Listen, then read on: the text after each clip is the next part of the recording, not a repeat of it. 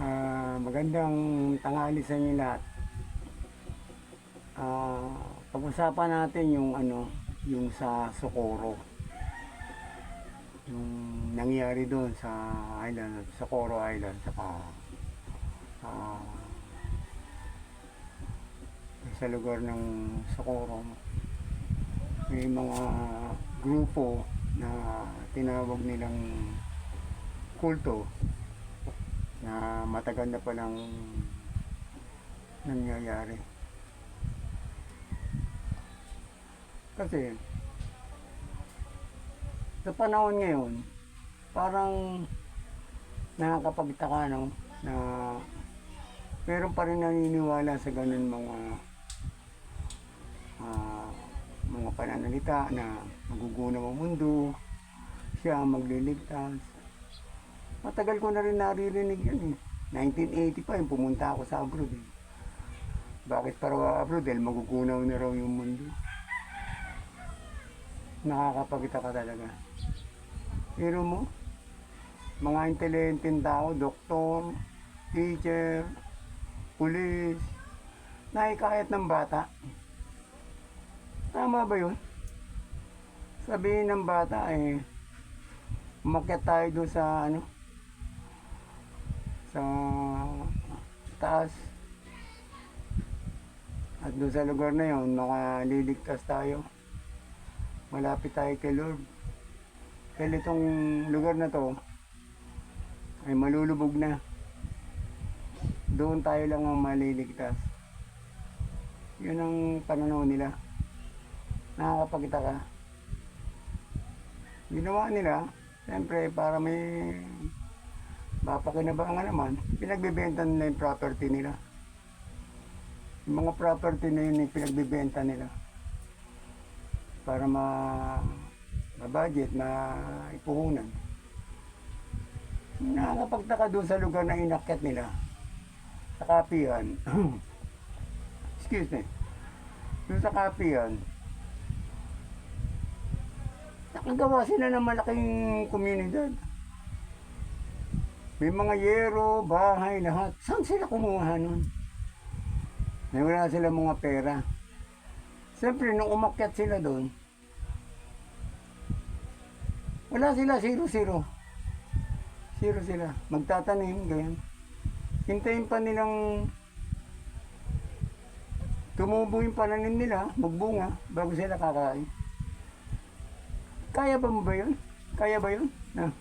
Ganun na lang? O talagang merong isang malaking tao na bumudget dyan para gamitin sila? Napaka-imposible talaga. Pero mo, ito pa ang isang masakit dyan. Yung mga kabataan na minor de edad,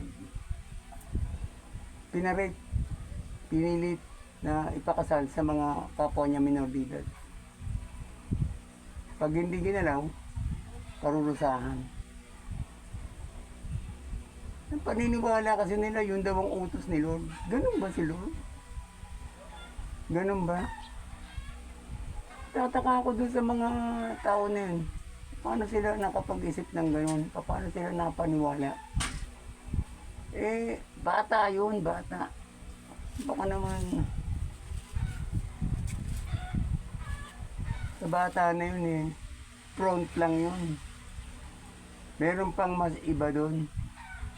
Napaka-imposible, parang mangmang yata, parang tingin ko, parang itong mga taon to, parang mga mangmang eh. Kaya ba sila lokohin ng isang paslit?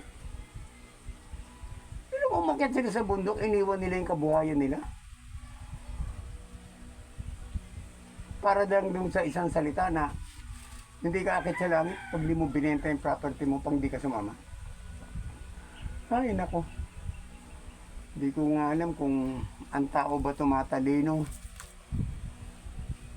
o nagiging bobo. Isipin mo na lang, high-tech na tayo eh. Kung noong unang panahon siguro, panahon ng Kastila, baka masabi pa natin na pwede pa yan. Pero sa ngayon, hindi na. Hindi magtataka ka talaga eh. Biro mo pati mga anak nila. Hindi pinag-aral. Okay lang sa kanila. Pinakasal pa mga bata. Pinakasal. Kasal-kasalan lang. Wala ba silang mga isip? Wala ba silang mga... Ay nako. Wala ba silang pag-iisip? Tapos pinakikita pa nila na gusto nila mag-aklas. Dahil yung pinuno nila, yung kinilala ng Diyos, inuusga na sa husgado. Kita nila eh, sabi nila, Diyos daw, Diyos. Eh pagdating doon, kinakausap, hindi raw siya Diyos. Composer lang siya. Putik na yan. Hindi na naiyata. Eh, alam mo itong ano, itong mga magulang nato na nagpaubaya sa kanilang mga anak para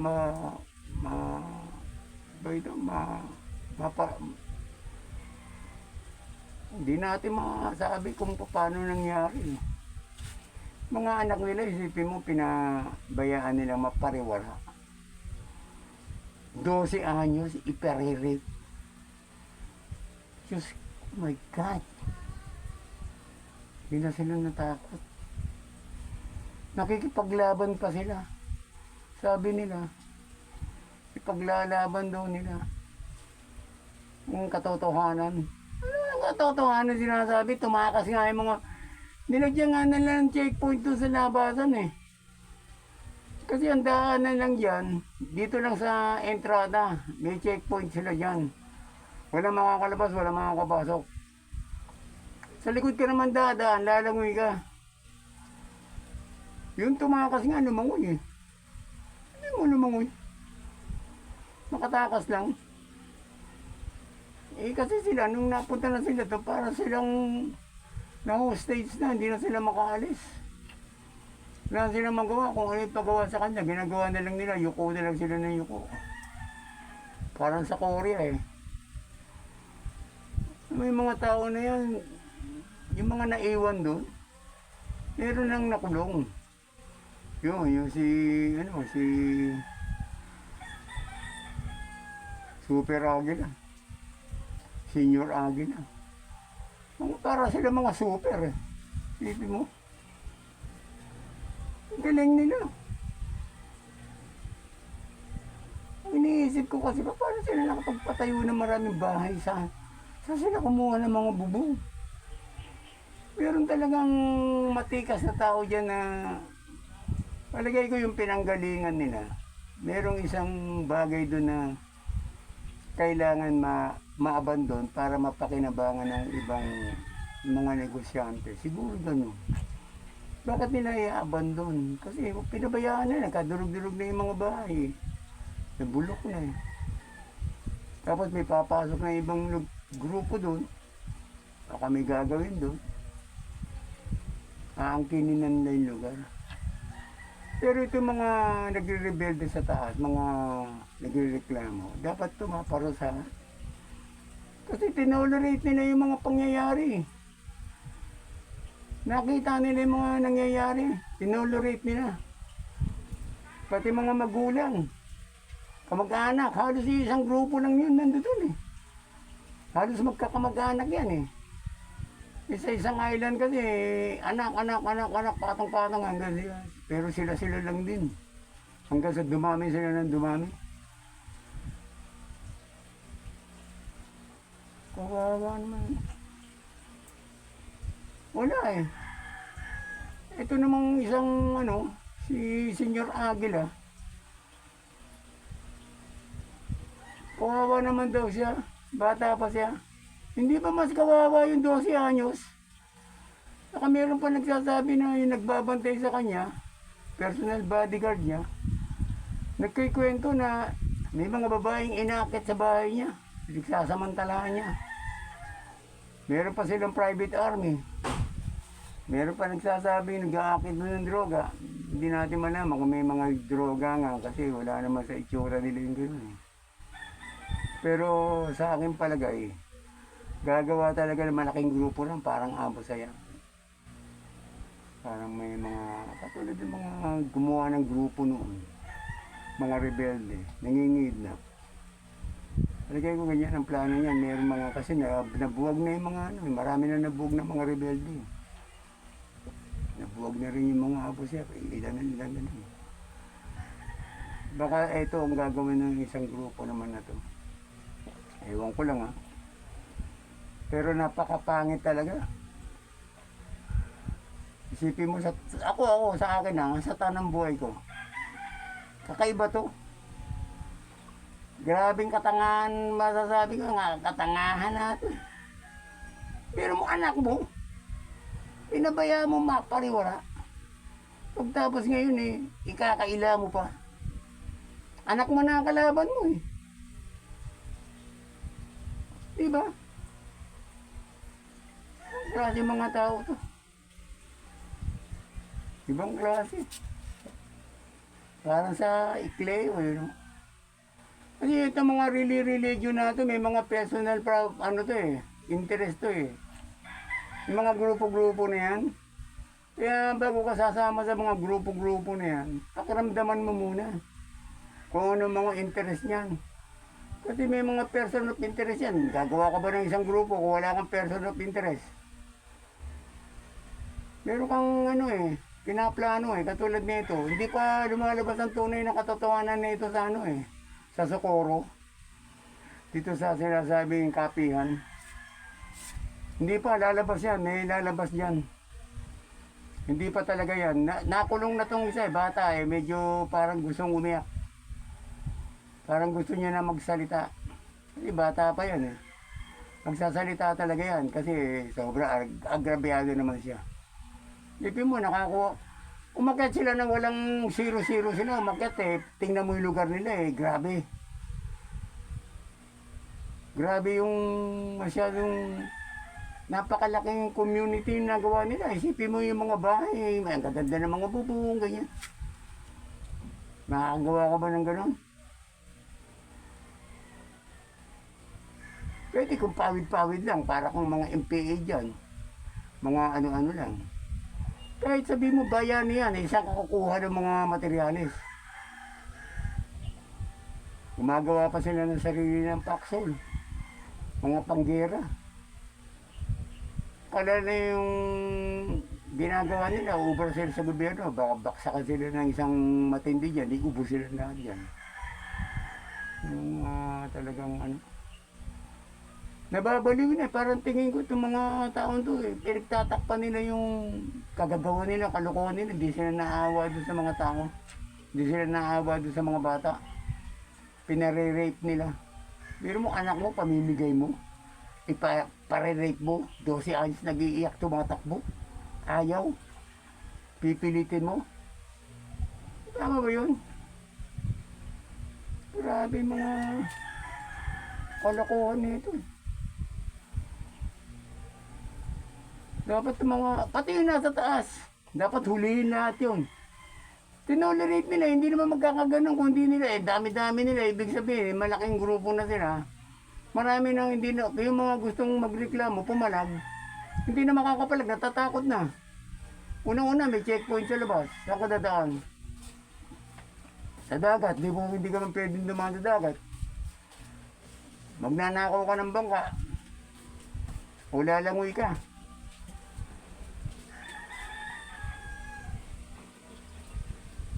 Grabe yung pinaggagawa nyo. Dapat lahat kayo masintensyahan maparusahan Pero hanggang ngayon, naniniwala pa kayo dun sa mga magugunaw ang mundo. Mga ulol ba kayo? Panahon pa yan Noong pa, bago ko abroad, 1980. Sinabi na sa akin yan, ba't ka abroad? Hindi ba alam, magugunaw na yung mundo. Sabi ko, magugunaw na pala, di pa kamatay ka na. Parang hindi mo makita. 1980 yun Tapos ilang beses ko na narinig yung ganyan, mga magugunaw. Hanggang ngayon, naniniwala pa kayo kung di ba naman kayo mga... Hindi malaman kung ano kayo mga klaseng tao High-tech na ngayon, naniniwala pa kayo sa mga gunaw-gunaw. Nung panahon noon siguro, panahon ng Kastila, pwede. Pero ngayon sobrang high-tech ng ano natin, eh. Nakakausap mo na ngayon nasa malayo eh. Nakikita mo na sila eh. Dapat ito sabihin sa'yo, magugunaw ang mundo. Kailangan sumama ka. Pag sa kayong anak mo, pag hindi mo binigay sa akin, eh, hindi ka akit sa langit. Hindi ka ba naman bobo? Naniniwala ka sa mga ganun-ganun salita.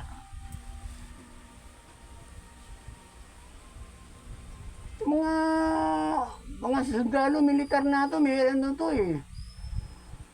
Pinangakuan to eh, meron to mga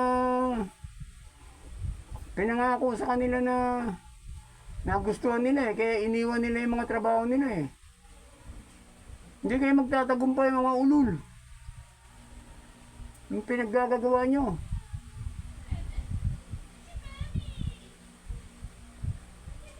Mga bobot yung mga siraulo na to. Yung mga ginawa nyo.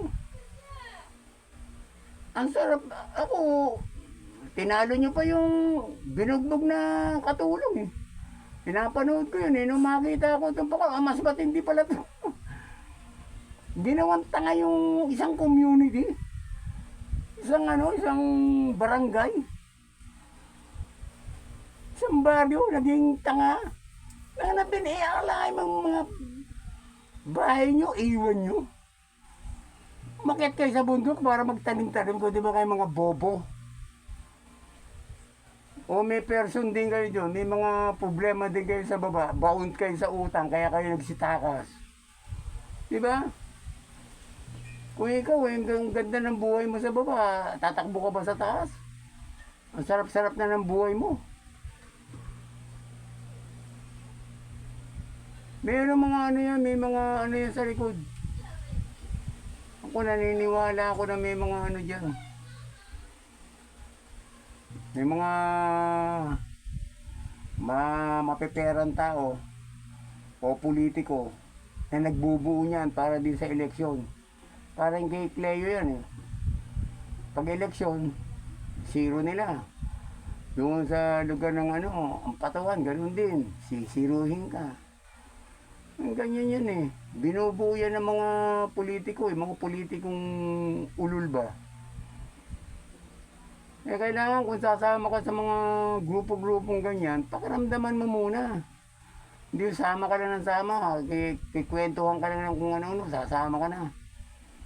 Pati sumama ka, pati anak mo, dinamay mo. Ibali kung ikaw na lang eh.